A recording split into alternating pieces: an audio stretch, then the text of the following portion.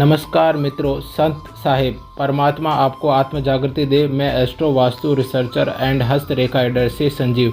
आज की चर्चा का विषय आध्यात्मिक गति पर चर्चा है कि हम अध्यात्म, संत गति, सत्संग, ध्यान, स्व जागृति, खुद को जानना, अपने भीतर उतरना और यात्रा अनंत से साक्षात्कार की के द्वारा परम तत्व की प्राप्ति कैसे करें या उसे कैसे जानें।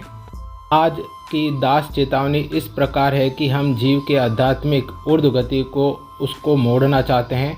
जो चेतावनी है, गर्भ में जीव पाए चीर पीर, पीर जो आवागमन की जीव करे अधीर, गर्भ में करे कौल मुक्ति री बाट देखे ओ पीर दास काट कर जीव मुक्त करे ओ पीर।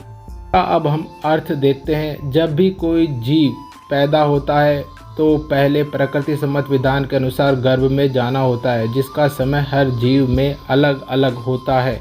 जिस प्रकार मनुष्य में 9 महीने व अन्य जीवों में वह 1 दिन से कई महीने या साल तक भी होता है, जिसे जीव को गुजरना होता है। इसे संतों द्वारा जीव हेतु सजा कही गई है, क्योंकि गर्भ में जीव दूसरे पर निर्भर होता है। उसकी इच्छा शक्ति से वह कुछ नहीं कर पाता है। यह गर्भ में जीव अपना मल मूत्र भोग कर उल्टा ही लटका रहता है। अतः गर्भ में जीव बहुत यातनाएं पाता है। जिस पीर को कोई नहीं समझ सकता, वह वहां से मुक्त होना चाहता है पर कुछ कर नहीं पाता है, और वह इस काल चक्र के आवागमन को देखकर बहुत दुखी होता है और अधीर होने लगता है। फिर वह परमात्मा को याद करता है, कॉल करता है, या उससे वादा करता है, या उससे अनुरोध करता है कि आप कृपा करो, मुझे यहाँ से मुक्ति दो। और वह उसके भूतकाल में होने वाली घटनाओं को, किए गए वादों को पुनः पुनः याद करता है और वहाँ से मुक्ति हेतु परमात्मा के आगे गिड़गिड़ाता है। और गर्भ से बाहर आने पर सत्संगति, सत्कर्म, सत विचार हेतु कॉल या वादा करता है, किंतु गर्भ से बाहर आने पर वह पुनः कॉल को धीरे धीरे कालचक्र के माया मोह में भूल जाता है और सत्संगति, सतगति को अनदेखा कर पुनः भौतिकवाद, दुनिया का सुख भोगने को तैयार हो जाता है।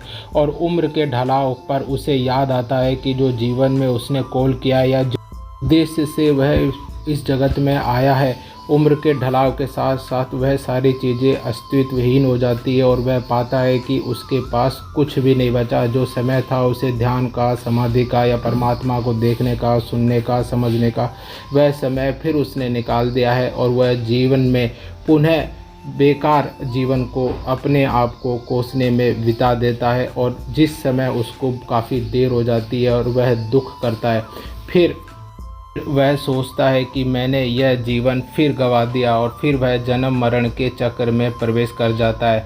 अतः मैं आपसे हाथ जोड़कर अनुरोध करता हूँ कि आप संतों द्वारा बताई गई गति या विधि को अपनाकर अपने भीतर उतरें, तथा इसके लिए आप शब्द पर ध्यान दें या श्वास प्रवास पर ध्यान दें, जिससे कि आप भीतर उतर सके और परम तत्व के प्राप्त कर सके। यही जीव का परम ध्येय है। परमात्मा आप पर कृपा करे। बहुत बहुत धन्यवाद।